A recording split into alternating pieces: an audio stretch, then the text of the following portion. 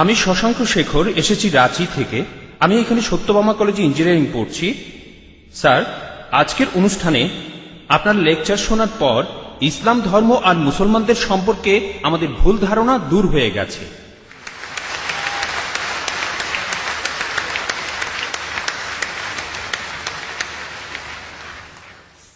Sir, আমি জম্মু আর কাশ্মীরে গিয়েছি, সেখানকার ভীতিকর অবস্থা দেখেছি। মানুষ সেখানে কষ্টে আছে মুসলমানদের সেই তথাকথিত জিহাদের কারণে।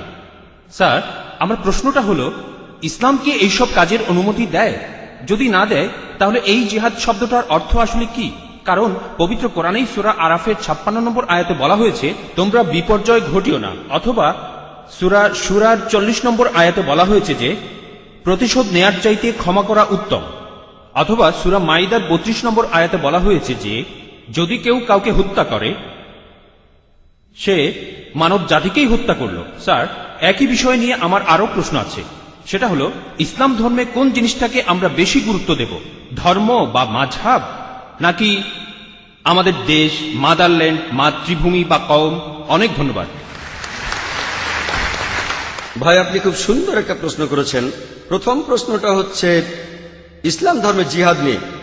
প্রশ্ন করলেন যে কেন মানুষ যুদ্ধ করছে, কাশ্মীরে যা হচ্ছে জিহাদ, এটাকে ইসলাম কি অনুমতি দেয়? জিহাদ শব্দের অর্থ কি? এটা কি কোরআনে সূরা মাইদার 32 নম্বর আয়াতের বিরুদ্ধে যায় না? ভাই, এই জিহাদ সম্পর্কে বলি, এ ব্যাপারে ভুল ধারণা শুধু অমুসলিমদের মধ্যে নেই, মুসলমানদের মধ্যেও রয়েছে। বেশিরভাগ মানুষই এমনটা ভাবে যে কোনো মুসলিম যদি কোনো যুদ্ধ করে, যে কোনো যুদ্ধ হতে পারে নিজের সুবিধার জন্য, হতে পারে পলিটিক্সের জন্য, হোক সেটা ভাষার জন্য, হোক বর্ণের জন্য, সেটাই হলো জিহাদ। মুসলমানদের যুদ্ধ করাটাকে জিহাদ বলা হয় না। জিহাদ শব্দটা এসেছে আরবি শব্দ জাহাদা থেকে, তার মানে চেষ্টা করা, তার মানে পরিশ্রম করা। জিহাদ মানে সংগ্রাম, কোনো কিছুর জন্য চেষ্টা বা পরিশ্রম করা। ইসলামিক অভিধান অনুযায়ী জিহাদ অর্থ কারো অসৎ প্রবৃত্তির বিরুদ্ধে সর্বশক্তি দিয়ে লড়াই করা। এছাড়াও জিহাদ মানে সমাজের উন্নতির জন্য চেষ্টা করা। এছাড়াও জিহাদ শব্দটা যে যুদ্ধক্ষেত্রে আত্মরক্ষাকেও বোঝানো হয়ে থাকে। জিহাদের অর্থ অন্যায় অত্যাচারের বিরুদ্ধে লড়াই করা। জিহাদের মূল অর্থ চেষ্টা বা পরিশ্রম করা। অনেক মানুষের ভুল ধারণা আছে যে জিহাদ মানে পবিত্র যুদ্ধ। তারা জিহাদের অনুবাদ করে পবিত্র যুদ্ধ। পবিত্র যুদ্ধ বলে যে আরবি শব্দটা আছে সেটা হারবুম মুকাদ্দাসা। যদি আপনারা কোরআন পড়েন, কোরআনের কোথাও পাবেন না, একটা আয়াতও নেই। অথবা নবীজি সাল্লাল্লাহু আলাইহি সাল্লামের সহিহ হাদিসেও কোনো জায়গায় হারবুম মুকাদ্দাসার কথা বলা নেই। এই শব্দটা কোরআন বা হাদিসে নেই। জিহাদ শব্দটার অনুবাদ কোনোভাবেই পবিত্র যুদ্ধ নয়। ঐতিহাসিকরা এই পবিত্র যুদ্ধ শব্দটা প্রথম ব্যবহার করেছিল খ্রিস্টানদের ক্রুসেডকে বোঝানোর জন্য, যারা খ্রিস্টান ধর্ম প্রচার করেছে আর হাজার হাজার মানুষ হত্যা করেছে। দুর্ভাগ্যজনকভাবে বেশিরভাগ লোক, এমনকি তথাকথিত মুসলমান পণ্ডিতগণও জিহাদের অনুবাদ করে পবিত্র যুদ্ধ। এটা ভুল অনুবাদ। জিহাদ শব্দটার অর্থ চেষ্টা বা পরিশ্রম করা। অনেক সময় এই চেষ্টাটা যুদ্ধক্ষেত্রে হতে পারে, সেই যুদ্ধটাও হবে আল্লাহ সুবহানাহু ওয়া তাআলার পথে, সেটা কিতাল ফি সাবিলিল্লাহ। একটা প্রশ্ন করা হয়, ইসলামে কেন যুদ্ধ আর হত্যার অনুমতি দেওয়া হয়েছে? ইসলামের অনেক সমালোচক আছেন যারা বলেন ইসলাম খুব নিষ্ঠুর একটা ধর্ম। ইসলাম সবসময় বলে অমুসলিম কাউকে দেখলে তাকে মেরে ফেলো। অনেকেই বলেন, ইন্ডিয়াতে এরকম একজন আছেন অরুণ সুরি, তিনি একটা বই লিখেছেন দ্য ওয়ার্ল্ড অফ ফতোয়া। তিনি সূরা তাওবার 5 নম্বর আয়াতের উদ্ধৃতি দিয়ে বলেছেন যে কোরআন বলছে কোন কাফিরদের যেখানেই পাবে, ব্র্যাকেটে হিন্দু, তাদেরকে হত্যা করবে। যদি আপনি পবিত্র কোরআনের সূরা তাওবার 5 নম্বর আয়াতটা দেখেন, সেখানে বলা হয়েছে কাফিরদের যেখানে পাবে হত্যা করবে। তবে এই উদ্ধৃতিটার প্রসঙ্গের কথা এখানে বলা নেই। যদি আপনারা এই আয়াতটার আগের আয়াতগুলো পড়েন, সেখানে একটা শান্তি চুক্তির কথা বলা হয়েছে, মক্কার মুশরিকদের সাথে মুসলিমদের একটা শান্তি চুক্তি। পবিত্র কোরআনের সূরা তাওবার প্রথম 4টা আয়াতে মক্কার মুশরিকদের সাথে মুসলমানদের একটা শান্তি চুক্তির কথা বলা হয়েছে। আর মক্কার মুশরিকরা এই শান্তি চুক্তিটা ইচ্ছা করেই ভেঙেছিল। এরপর আল্লাহ তাআলা 5 নম্বর আয়াতটা নাজিল করলেন মুশরিকদের সম্পর্কে। সেই আয়াতে আল্লাহ মুসলিমদের বললেন, সবকিছু 4 মাসের মধ্যে ঠিক করে ফেলো, না হলে যুদ্ধ ঘোষণা করো। আর যুদ্ধক্ষেত্রে আল্লাহ বলেছেন, যখন শত্রুরা তোমাকে আক্রমণ করতে আসবে, তুমি শত্রুদের হত্যা করবে। এই আয়াতটা যুদ্ধক্ষেত্রের কথা বলছে। যখন শত্রুরা তোমাকে মারতে আসবে, ভয় না পেয়ে লড়াই করো। আজকের দিনে একজন আর্মি জেনারেল তার দলের সৈন্যদের মনোবল চাঙ্গা করার জন্য সেই জেনারেল বলবেন যে যখন শত্রুরা আসবে তাদের মেরে ফেলো। আর অরুণ সুরি 5 নম্বর আয়াতটা বলার পরে চলে গেছেন 7 নম্বর আয়াতে, কারণ 6 নম্বর আয়াতে উত্তরটা আছে। পবিত্র কোরআনের সূরা তাওবার 6 নম্বর আয়াতে উল্লেখ করা হয়েছে, যদি কোনো কাফির তোমার কাছে আশ্রয় প্রার্থনা করে, যদি তারা শান্তি চায়, তাহলে তোমরা তাদের নিরাপদ স্থানে পৌঁছে দেবে। শত্রু যদি আশ্রয় প্রার্থনা করে তাদের নিরাপদ স্থানে পৌঁছে দাও। আজকের দিনের সবচেয়ে ভালো আর্মি জেনারেল খুব বেশি হলে তার সৈন্যদের বলবেন যে শত্রুদের চলে যেতে দাও। এখানে আল্লাহ বলছেন তাদের শুধু ছেড়ে দিও না, তাদের কোনো নিরাপদ স্থানে পৌঁছে দাও। যখনই কোরআনে যুদ্ধের প্রসঙ্গে কথা থাকে, আরেকটা হলো সূরা আনফালের 60 নম্বর আয়াতে উল্লেখ আছে, তোমাদের শক্তি ও অশ্ববাহিনী প্রস্তুত রাখো আর শত্রুদের আক্রমণ করো। পরের আয়াতে বলছে কিন্তু শত্রুরা যদি সন্ধি করতে চায় তুমিও সন্ধি করো। তাহলে যে আয়াতগুলোতে যুদ্ধের কথা বলা হয়েছে তার পরের আয়াতে বলছে যদি তারা শান্তি চায় শান্তিই ভালো। এখন আরেকটা প্রশ্ন, সূরা মাইদার 32 নম্বর আয়াতে কি বলছে বা সূরা নিসার 40 নম্বর আয়াতে কি বলছে যে যদি কোনো মানুষকে হত্যা করা হয় তাহলে সে যেন পুরো মানুষ জাতিকে হত্যা করলো। এটাই হলো ইসলামের আসল কথা। যদি কেউ কোনো মানুষকে হত্যা করে, হোক সে মুসলিম বা অমুসলিম, যদি সেটা হত্যা বা ধ্বংসাত্মক কাজের অপরাধে না হয়, যদি দুর্নীতির অপরাধে না হয়, তাহলে সে যেন পুরো মানুষ জাতিকেই হত্যা করলো। আর কেউ যদি কোনো মানুষকে বাঁচায় তাহলে সে যেন পুরো মানুষ জাতিকে বাঁচালো। এখন আপনারা যদি ভগবদ গীতা পড়েন, ভগবদ গীতার 2য় অধ্যায়ের 50 অনুচ্ছেদে আছে, বলা হয়েছে শ্রীকৃষ্ণ এখানে অর্জুনকে জিহাদ করতে বলেছেন। চেষ্টা, যদি আপনারা পড়েন মহাভারত, মহাভারতের হাজার হাজার অনুচ্ছেদে যুদ্ধের কথা রয়েছে, হাজার হাজার অনুচ্ছেদে। কোরআনে যত যুদ্ধের কথা আছে তার চেয়ে অনেক বেশি। মহাভারত একটা ধর্মগ্রন্থ, আপনারা হয়তো জানেন। এখানে রাজ্য নিয়ে একটা যুদ্ধের গল্প রয়েছে পাণ্ডব আর কৌরবদের মধ্যে। পাণ্ডবদের 5 ভাই আর কৌরবরা 100 ভাই, যুদ্ধ। আর ভগবদ গীতা হলো মহাভারতের অংশ। 18টা অধ্যায় কৃষ্ণের কথা। প্রভু তিনি উপদেশ দিচ্ছেন অর্জুনকে। অর্জুন বলছে, এটা আছে ভগবদ গীতার 1 নম্বর অধ্যায় 42 থেকে 46 অনুচ্ছেদে, আমি আমার আত্মীয়দের সাথে যুদ্ধ না করে নিরস্ত্র অবস্থায় এই যুদ্ধক্ষেত্রে মরে যাব। কিভাবে জ্ঞাতি ভাইদের সাথে যুদ্ধ করব? কৌরবরা আমার জ্ঞাতি ভাই, যুদ্ধ না করে আমি বরং যুদ্ধক্ষেত্রে নিরস্ত্র অবস্থায় মরে যাব। ঠিক তখনই শ্রীকৃষ্ণ জানেন তিনি কি বলেছিলেন?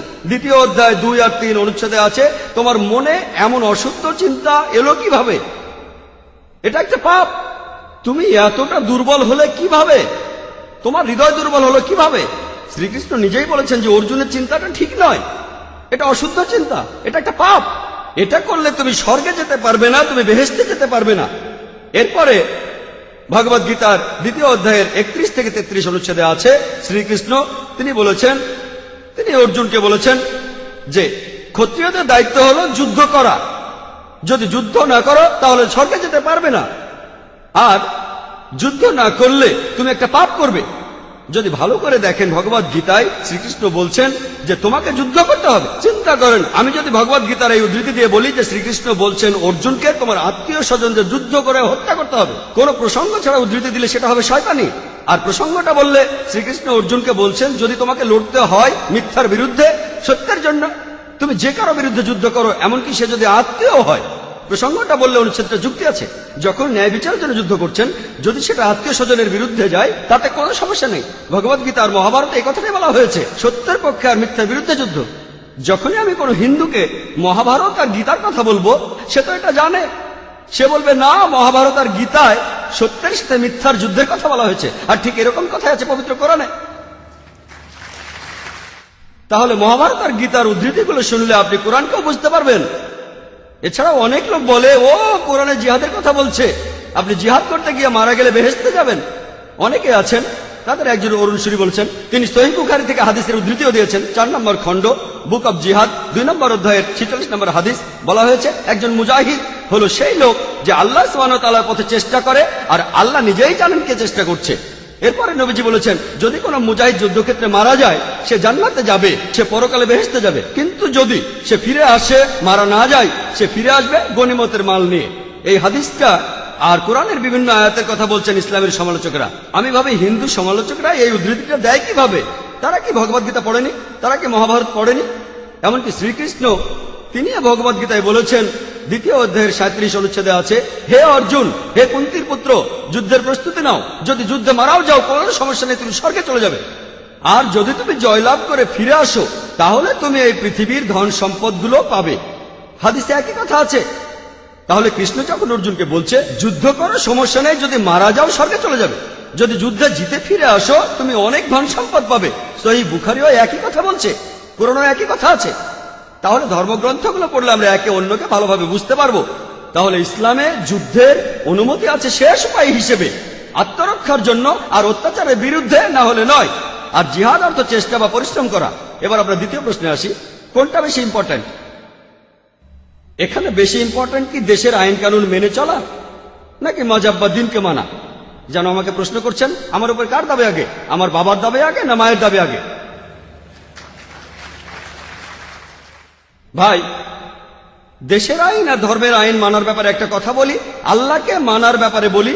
মহান ঈশ্বর আমাদের সৃষ্টিকর্তা, তিনি আমাদের চাইতে অনেক উপরে। ঈশ্বরের আইন মেনে চলাটা আমাদের কাছে সবচেয়ে ইম্পর্টেন্ট, অন্য যে কোনো আইনের চাইতে। সে আইনটা যেই লিখুক না কেন, যেই লিখুক না কেন। তবে আমি একজন ইন্ডিয়ান, আমি জানি যে ইন্ডিয়ার সংবিধানে এমন কোনো আইন নেই যেটা ইন্ডিয়ার কোনো মুসলমানকে তার ধর্ম পালন করতে বাধা দেয়। কোনো বাধা নেই। সত্যি বলতে ইন্ডিয়া এমন একটি দেশ যার সংবিধানে লেখা আছে যে ইন্ডিয়ার নাগরিক, তাদের জন্য এটা জন্মগত অধিকার যে তারা তাদের ধর্ম পালন করতে পারবে। আমিও সে কাজই করছি। ইন্ডিয়ায় এমন একটা আইনও নেই যেটা আমাকে আমার ফরজ পালনে বাধা দেয় আর আমাকে দিয়ে হারাম কাজ করাতে বাধ্য করে। এমন কোনো আইন নেই। আমি 5 ওয়াক্ত নামাজ পড়তে চাইলে পড়বো, না পড়তে চাইলে পড়বো না। ইন্ডিয়ার সংবিধানে এমন একটা আইনও নেই যেটা আমাকে ভালো মুসলিম হতে বাধা দেয়। আমি এখানে আমার কথা বলতে পারি, আমি একজন ভালো মুসলিম আলহামদুলিল্লাহ, আর একজন ভালো ইন্ডিয়ানও। আর সংজ্ঞা অনুযায়ী, ভৌগোলিক সংজ্ঞা অনুযায়ী একজন ইন্ডিয়ানকে ভৌগোলিকভাবে বলা হয় হিন্দু। হিন্দু যদি হয় ভৌগোলিক সংজ্ঞা, আমি ইন্ডিয়ার একজন হিন্দু এবং ইসলাম ধর্ম পালন করি।